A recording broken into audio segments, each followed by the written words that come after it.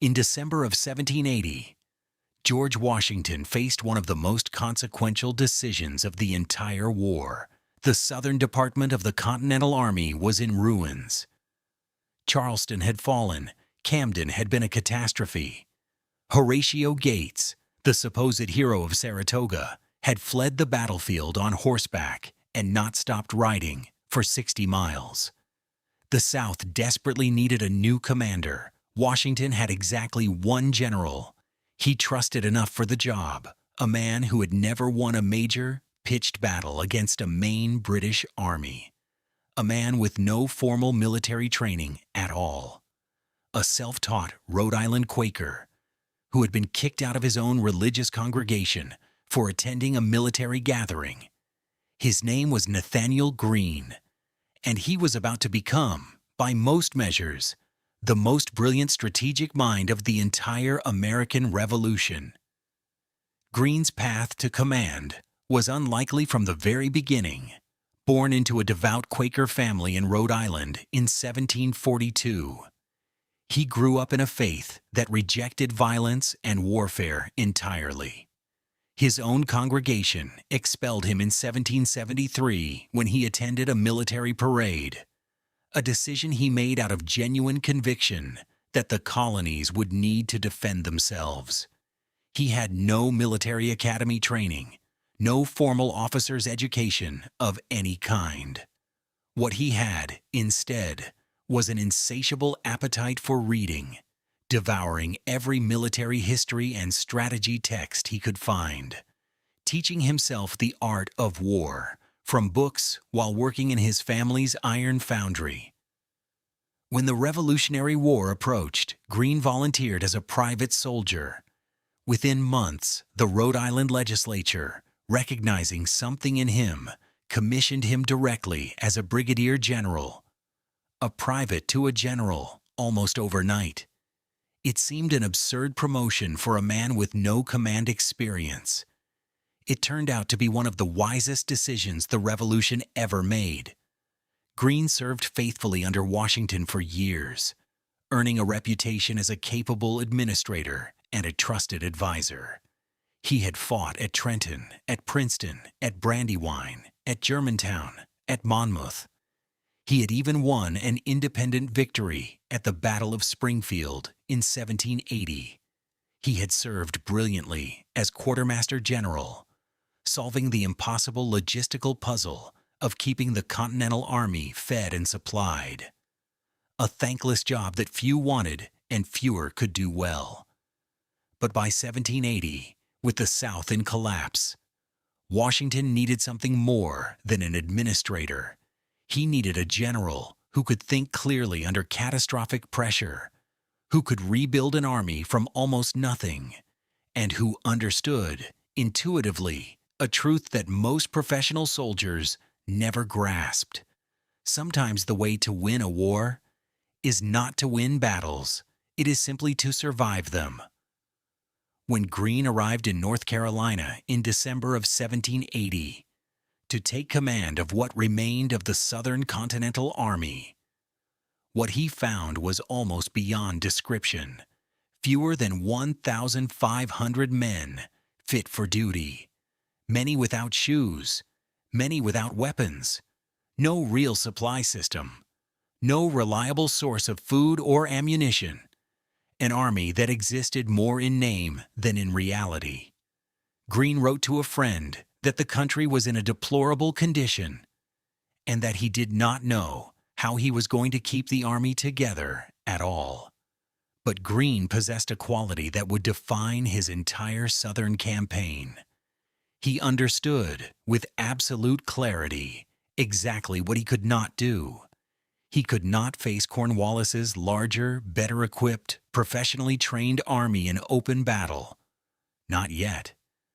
Perhaps not ever, not directly, so he was not going to try. He was going to fight an entirely different kind of war. Greene's strategy was, on its surface, deeply counterintuitive.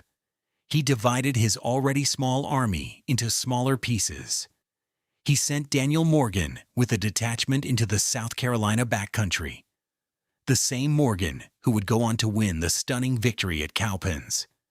He kept the rest of his force separate, under his own command. Conventional military wisdom said this was reckless. A divided army facing a unified and superior enemy should be destroyed in detail. But Greene understood something his critics did not. A divided army forced Cornwallis to divide his own forces to respond, stretching British resources across a wider area and creating opportunities that a single concentrated American army never could. When Morgan won at Cowpens in January of 1781, destroying nearly all of Tarleton's detachment, Greene's strategic gamble had paid off spectacularly, but it also created a new and urgent problem.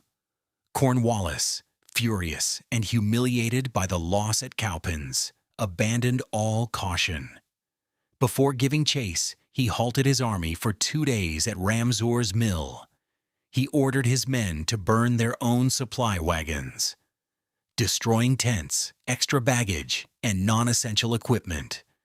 It was a massive, calculated gamble to transform his force into a leaner, faster pursuit army.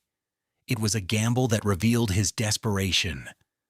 An army without supply wagons could move faster. It could also not sustain a prolonged campaign far from its supply lines.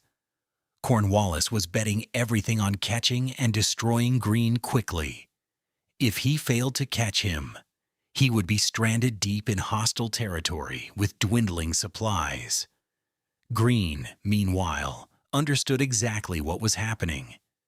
He could not defeat Cornwallis's army directly, but he did not need to defeat it. He needed only to survive, to keep his army intact, and to lead Cornwallis on a chase that would exhaust the British force, stretch its supply lines to the breaking point, and ultimately accomplish what no battlefield victory could. So began the race to the Dan. For 3 brutal weeks in January and February of 1781, Greene's army marched northward through North Carolina, through brutal winter weather, across swollen rivers, through territory that offered little food or shelter. Cornwallis pursued relentlessly, just days and sometimes only hours behind. Greene used every advantage the terrain offered. He understood the rivers of North Carolina with remarkable precision, knowing exactly where fords existed, where boats could be secured, and how quickly rivers would rise after rain. He sent advance parties ahead to secure boats and gather intelligence. He used local militia and sympathetic civilians to track British movements, giving him crucial information about exactly how close Cornwallis truly was at any given moment. Mile after mile, river after river, Greene's exhausted, poorly supplied army stayed just ahead of its pursuers. It was not glamorous. It involved no great battles, no dramatic charges, no decisive moments of combat glory. It was simply relentless, disciplined, exhausting movement, executed with a precision that revealed Greene's careful, strategic mind. The climax of the race came at the Dan River, on the border of North Carolina and Virginia, in mid-February of 1781. The Dan was swollen from winter rains, deep and fast-moving, impossible to ford by conventional means. For Greene's army, it represented both a final obstacle and potential salvation.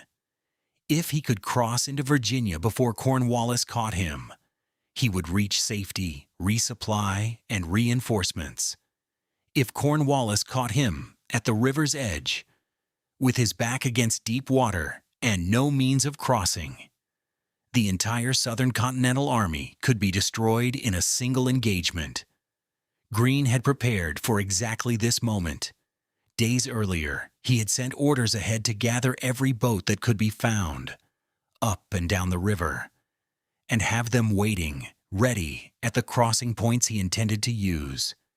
It was a logistical achievement as impressive as any battlefield victory. On February 14th, 1781, Greene's army reached the Dan River and began crossing.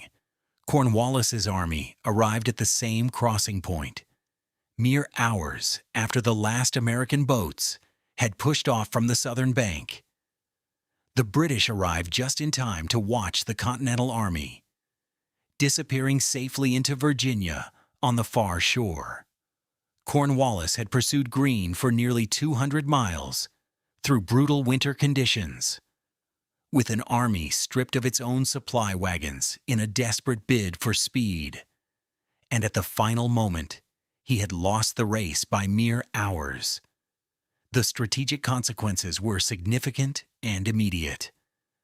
Cornwallis, with his army exhausted and his supplies nearly exhausted as well, was forced to retreat to Hillsborough, North Carolina, to rest, resupply, and reconsider his options. He had won no decisive battle. He had captured no significant American force. He had simply exhausted his own army chasing an enemy who refused to be caught. Greene, safely across the Dan, had accomplished exactly what he set out to do. He had preserved the Continental Army in the South. He had bled away British strength and morale through exhaustion rather than combat. And within days, after resting and reinforcing his army in Virginia, he made a decision that revealed his confidence had only grown.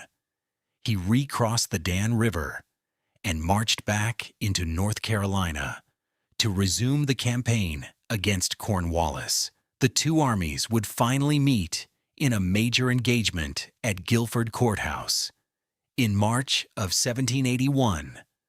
Greene technically lost that battle. Cornwallis held the field when the fighting ended, but the cost to the British was catastrophic. Cornwallis lost roughly a quarter of his entire army in a single afternoon, a casualty rate so devastating that a member of the British Parliament, upon hearing the news, famously remarked that another such victory would ruin the British Army entirely. Cornwallis had won the battle and lost the war. He could no longer sustain operations in the Carolinas. He turned his battered army north toward Virginia, searching for a way to salvage the Southern campaign, a search that would eventually lead him to a small port town called Yorktown. Nathanael Greene never won a major pitched battle in the South. Not Guilford Courthouse, not Hobkirk's Hill, not Eutaw Springs. Every significant engagement of his Southern campaign ended in a tactical defeat, or at best, a draw. And yet, by the time the British finally evacuated the South entirely, Greene had accomplished something no purely tactical victory could have achieved. He had worn down, exhausted, and bled the British war effort through patience, strategy, and an unshakable refusal to be destroyed. He summarized his own approach in a phrase that has echoed through military history ever since. We fight, get beat, rise, and fight again. It was not the strategy of a man chasing glory. It was the strategy of a man who understood with total clarity that the revolution did not need him to win every battle. It needed him to never let the war be lost. And in that mission, the Quaker, who had never planned to be a soldier, succeeded completely. Next time, a chapter of the Revolution too often left untold. The women who marched, nursed, spied, and fought in a war that needed every one of them. Help us by subscribing to our channel, as together we build a detailed timeline of United States history, one episode at a time. Until next time.